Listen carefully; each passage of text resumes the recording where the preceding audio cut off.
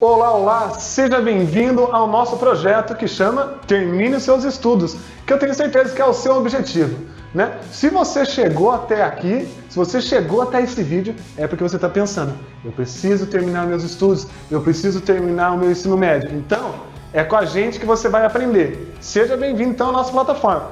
Eu sou o professor Thiago Buranello e sou professor de, linguagens, isso mesmo, língua portuguesa. Então, atenção, alguns recadinhos importantes para a gente começar esse vídeo.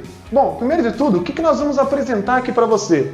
Você vai ver comigo os principais conteúdos que podem aparecer na prova do Enseja. Então, se você está nesse objetivo, se você está nessa onda de, nossa, vou fazer a prova, eu quero terminar meus estudos, vou fazer essa prova do Enseja, tá chegando. Então, vem comigo, acompanha bem esse vídeo, pega um caderno aí, cara, faça as anotações, porque isso pode aparecer na prova. É um conteúdo importantíssimo e tem fortes chances de estar lá no dia 19. Maravilha? Outra coisa, atenção, você, por favor, você que tem interesse aí a estudar cada vez mais, na descrição do nosso vídeo vai aparecer para você um link para você se cadastrar, certo? Então eu quero que você faça esse cadastro para o seu próprio bem.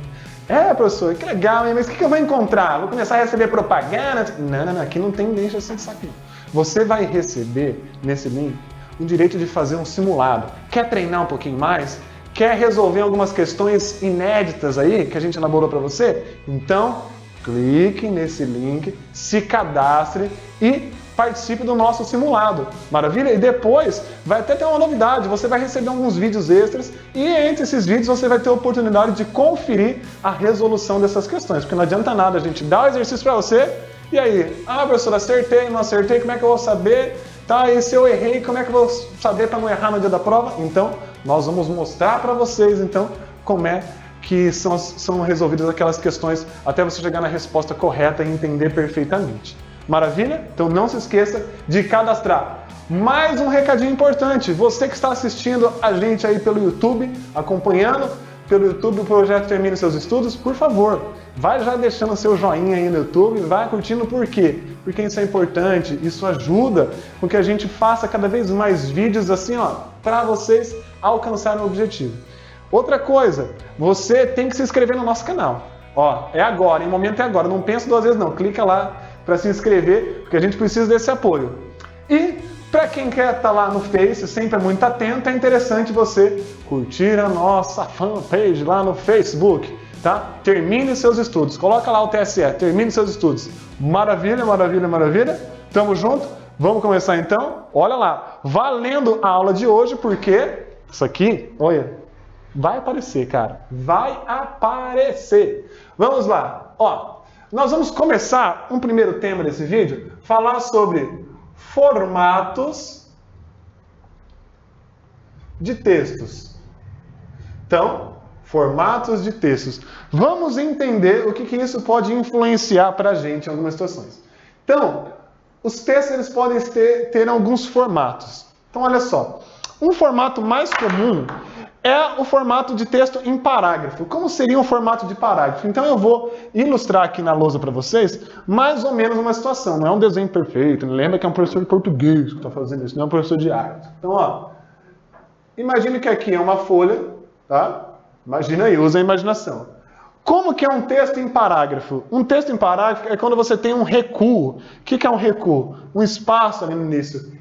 E no texto em parágrafo você pode usar toda a extensão da linha. Você está escrevendo numa boa. Quero terminar aqui. Beleza, ponto final. Pode ter outros pontos aqui no meio, né? Outro parágrafo lá. Dá o espacinho e começa. Opa, terminei aqui. Outro parágrafo. E por aí vai. Então, alguns nomes interessantes. Então, cada grupinho desse aqui, eu tenho 3, eu chamo de parágrafo. Aqui eu desenhei 3 parágrafos, tá? Parágrafos. No parágrafo eu tenho as linhas. Pessoal, isso é muito fácil, beleza. Agora eu tenho um outro formato de texto. Olha só. Olha isso aqui.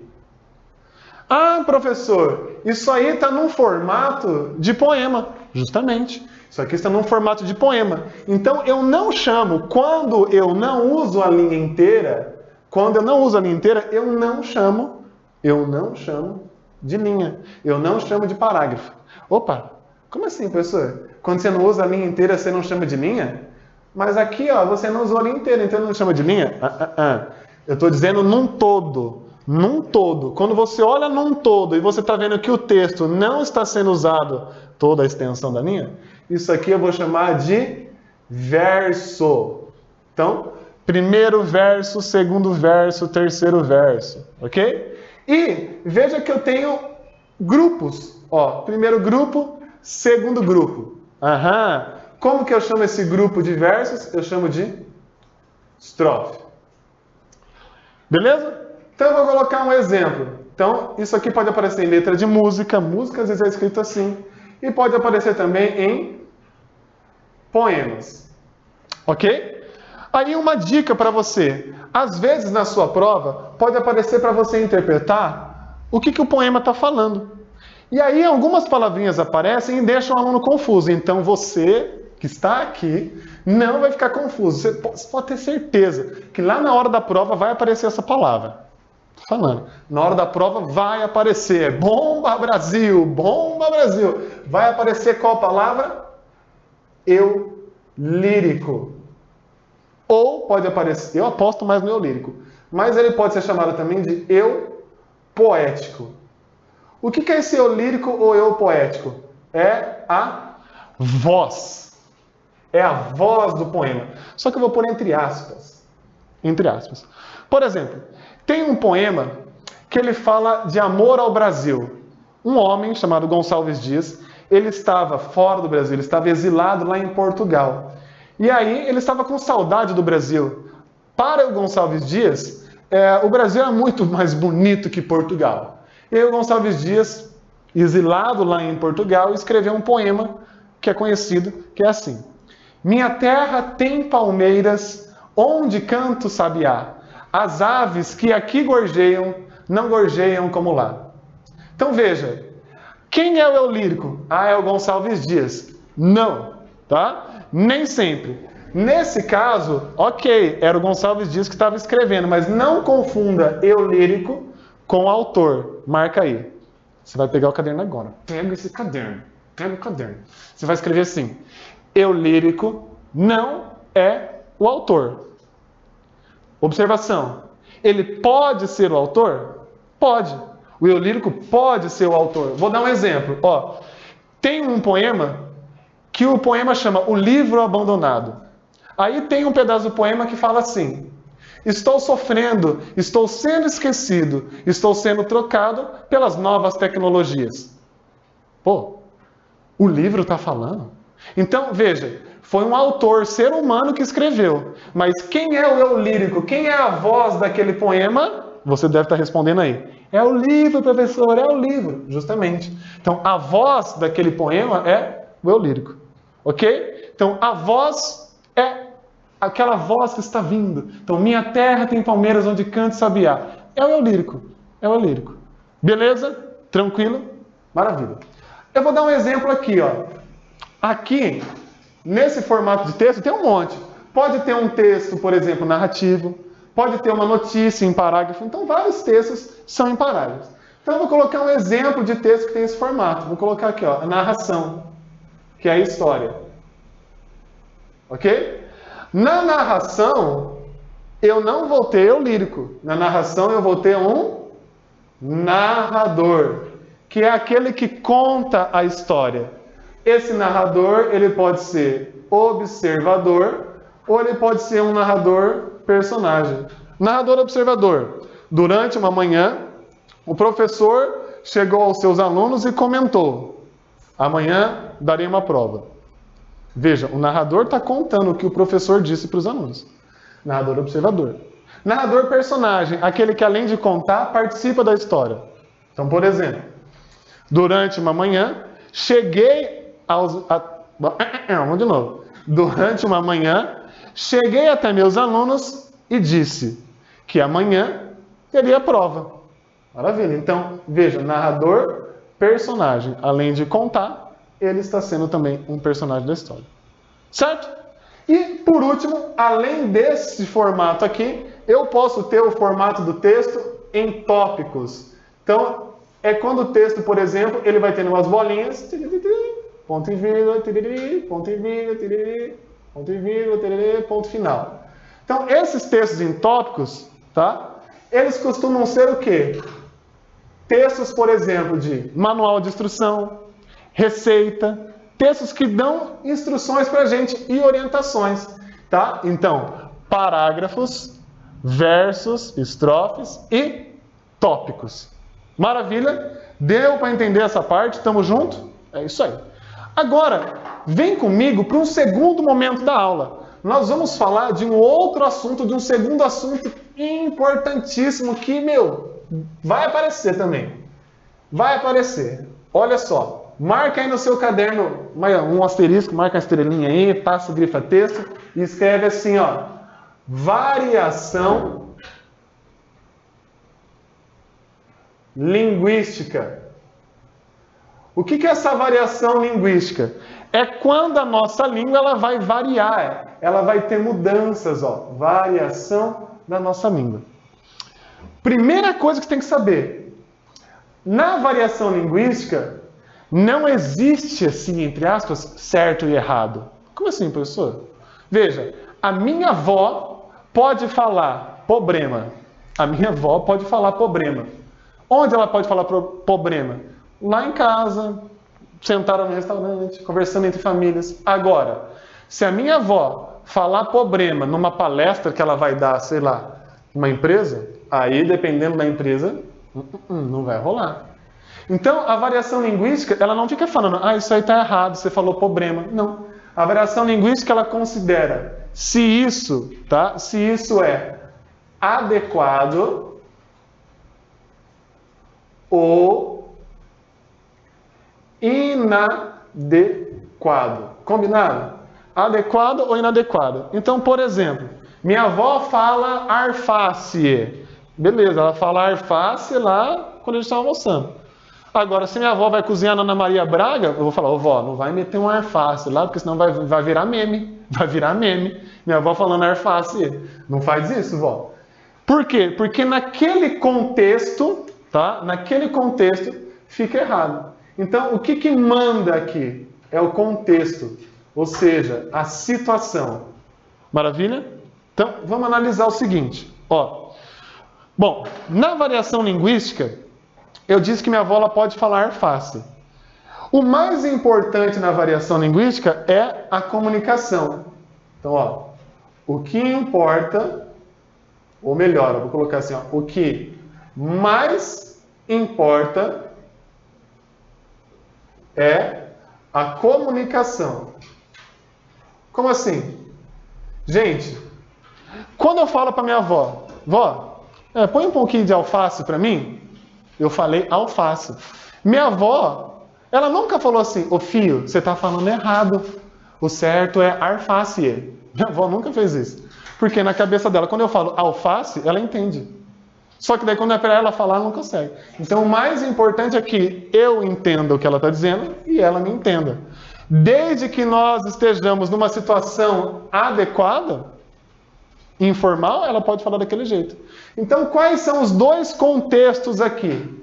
Os dois contextos que a gente tem eu posso estar numa situação formal ou eu posso estar numa situação informal. Ok? Essa situação informal pode ser chamada de também coloquial. Então, por exemplo, estou numa entrevista de emprego. Qual é o contexto? Vem comigo, qual é o contexto? Formal. Vou ficar falando alface, problema? Não, isso vai estar inadequado. Outro exemplo. Estou numa roda de amigos, tomando uma Coca-Cola, sentado lá, sei lá, na beira de um lago. Falei problema. Contexto, beira do lago, informal. Posso falar problema? Posso, está adequado. Estamos no momento informal. Beleza? É isso. E, para a gente terminar essa variação, Eu posso ter algumas variações, por exemplo. Ó, eu posso ter uma variação de acordo com a região.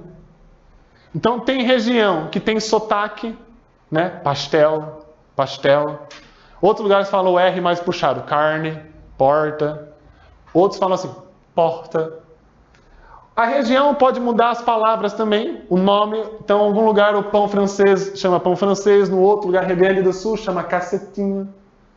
Em algum lugar chama salsicha, em outra região pode chamar vina, e por aí vai. Então, depende da região. Pode depender da idade, então, criança, adolescente, adulto, idoso. Então, às vezes, cada um utiliza a sua palavra, o seu estilo de comunicação. Pode depender da condição social e cultural, que a gente chama de sociocultural.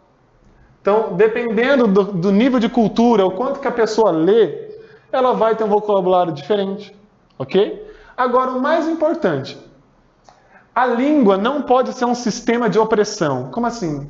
Ah, eu sei português bastante, então eu vou falar mal do outro, vou ficar corrigindo de maneira grosseira. Não, isso é errado. Então, a língua nunca pode ser um sistema de opressão. Ah, só porque eu sei mais português, eu vou aproveitar do outro. Maravilha? Vamos aos exercícios, então, para a gente ver algumas interpretações de texto. Vamos lá. Primeira imagem na tela.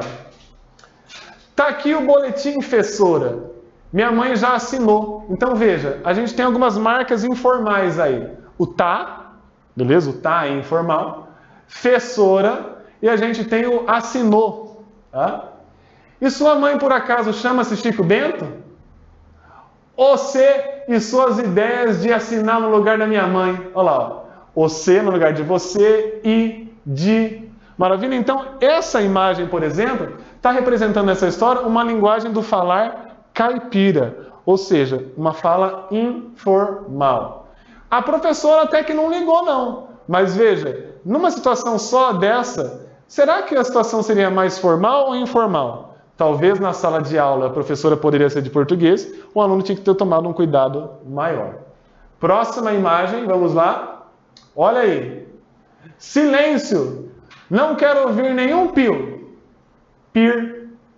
Nós semos galinha caipira. Então, olha só. Aí, onde está centrado o humor desse texto? É uma pergunta que poderia aparecer. Qual é o humor do texto?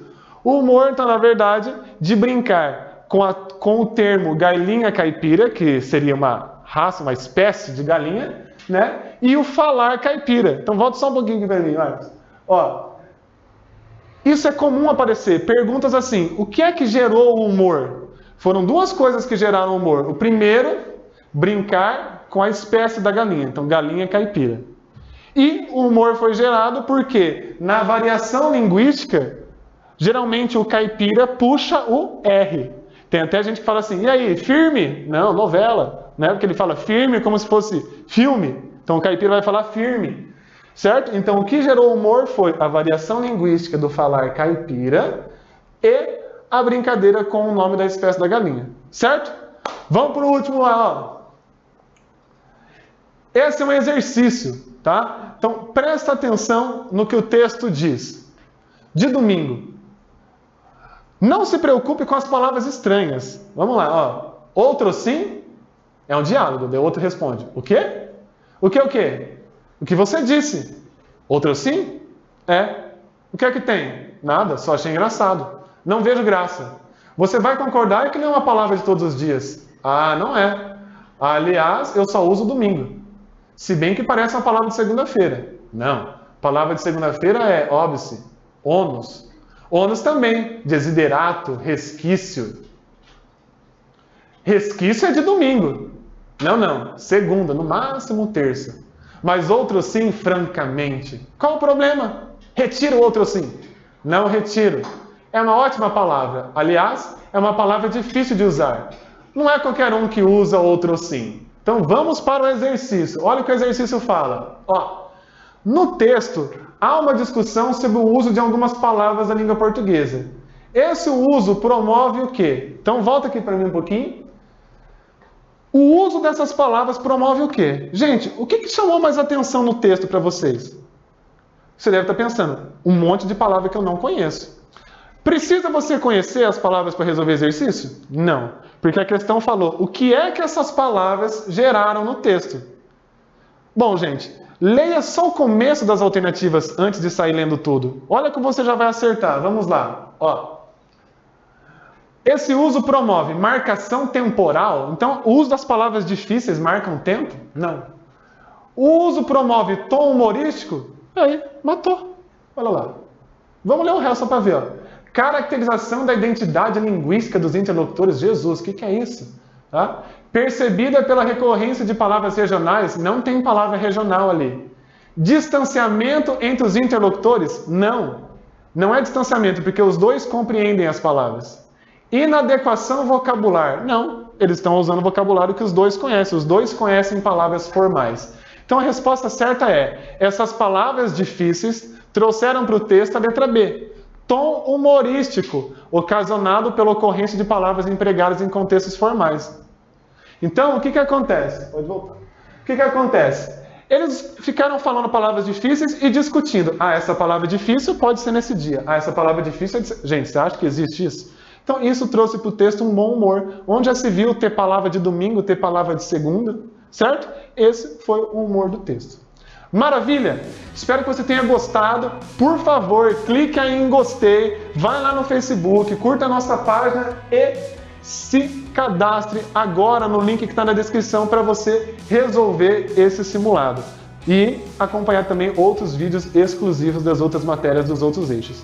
Maravilha? Sou o professor Thiago Buranello, esse é o nosso projeto Termine Seus Estudos. Continue firme com a gente que você vai detonar na prova. Valeu, valeu, valeu, valeu e tchau, tchau, tchau!